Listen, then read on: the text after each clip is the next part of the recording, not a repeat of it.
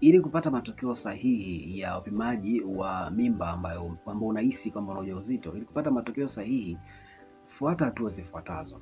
Hatua ya kwanza ni kwenda kununua kifaa, kupata kifaa. Kifaa unaweza kukipata kwa kununua pharmacy au kwa kama umepewa na daktari wa hospitalini.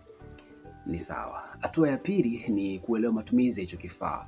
Unaweza ukamuuliza daktari au huyo mfamasia juu ya matumizi sahihi ya hicho kifaa.